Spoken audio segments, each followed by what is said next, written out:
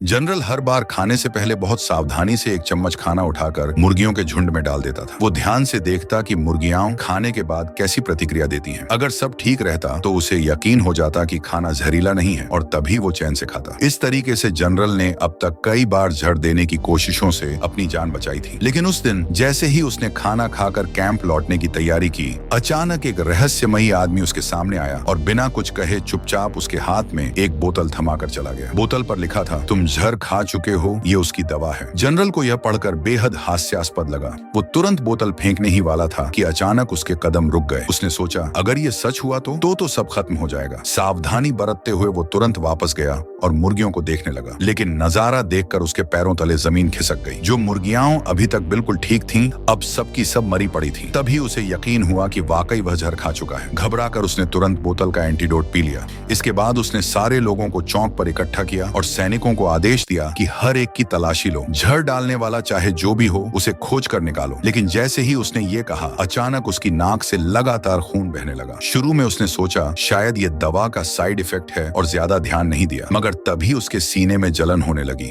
और उसकी आवाज भी बंद हो गई। अब उसे समझ आ गया कि कुछ गड़बड़ है, लेकिन अफसोस अब बहुत देर हो चुकी थी। कुछ ही पलों में उसने खून की उल्टियां की और जमीन पर गिर पड़ा। जनरल वहीं जहर से तड़प कर मर गया। अब सवाल है, स्क्रीन के सामने बैठे आप बता सकते हैं, असल में ये सब हुआ कैसे?